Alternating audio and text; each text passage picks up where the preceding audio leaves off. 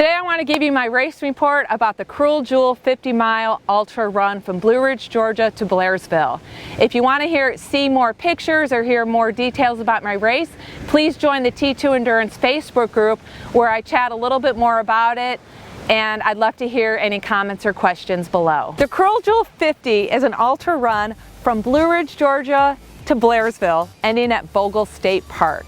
It definitely lived up to its name by providing lots of very steep ascents followed by what seemed like steeper descents over roots and rocks, but we saw also beautiful sunsets and we got to run along the Toccoa River, so it wasn't all that cruel. Today I want to talk about my race experience and answer 8 questions that I asked athletes to provide in their race report. Number 1, what did I learn? Well, anytime I do a long endurance event, a lot of processing goes on in my mind and it answers a lot of questions. Number 1, I love trail running and I can't wait to get back to it. It's been a few years since I've done ultras. I moved to Georgia 5 years ago, so it's been since I lived in Colorado. So the main reason I signed up for this was to see if I wanted to train for ultras, and I definitely do. Number 2, it provided 15,000 feet of elevation gain. The shirt says 17, but who's counting? So I wanted to see what that felt like, and it's definitely something that got out of my comfort zone, and it provided quite a big challenge. Number 3, I wanted to train my weaknesses, which is downhill running. I mean, what better way to become a downhill runner than to go up very steep hills and try to manage your way down very steep hills. I still have a lot of work to do, but I definitely enjoyed the challenge. So question number 2 is what worked well.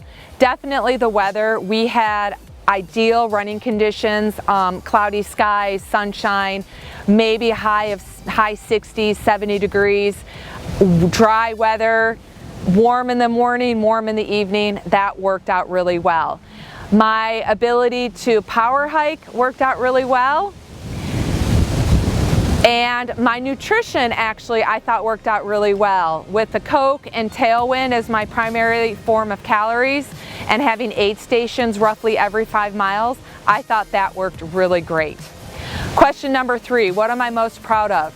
Number 1, finishing and not feeling defeated or any self-talk. I did finish the race 3 hours after my goal finish time, so that usually in the past would have been very mentally challenging and I would have had these self-defeated thoughts in my mind, but I didn't let that happen. I just continued to enjoy the day. The last 16 miles were the most challenging, and that is the reason I did it. So I kept reminding myself of my why. And I controlled what I can control, which was the ability to walk and hike and be careful and not get hurt. Number 4, what are some areas of growth? Definitely I still need to work on my downhill running. I felt like I ran pretty well the first 40 miles on the ups and the downs, but it wasn't until it got really super steep that I was very protective of my knees, and my quads were really sore and I had very fatigued legs. So I definitely still need to work on becoming a downhill during the steep descents runner. So I'm excited to continue the training process and work on my weaknesses. Number 5, what were my thoughts and feelings during the race? So definitely I felt pretty good and I was excited and I was happy and I was positive. I was in 5th place when I saw my husband at mile 35. I took off. I still felt really good until I didn't, and that happened at about mile 43. So then my thoughts changed and I thought, wow, this last 16-mile stretch, there's a reason they call it the dragon spine, and here's where all the rocks came into play. Running up and down rocks is definitely not my strength, and I knew that, but the first 40 miles seemed pretty easy. So I definitely started to have some, oh, I want to quit, I want to stop at 50 miles, I'm not up for 56 miles, but I toughed it out, and I definitely had more and more thoughts as the night progressed. I started to slow down. Midnight came and went. I knew I had at least 2 more hours to finish, and thankfully I was with one of the guys who was doing the 100, and we just talked and we kept each other company. So it actually ended up not being that bad despite feeling like I ran 100 miles.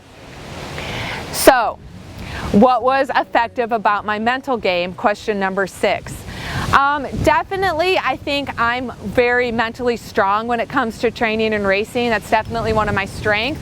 So I think my mental game was actually spot on. Like I said, I didn't have any negative self-talks.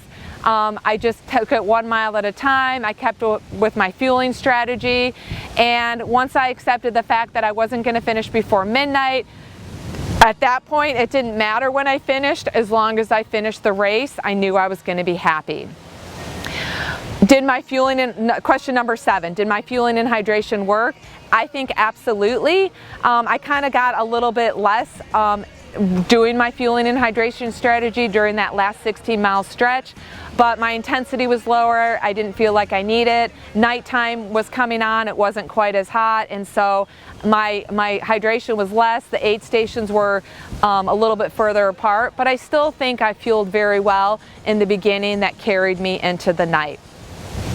And number 8, how will I use this race going into the future?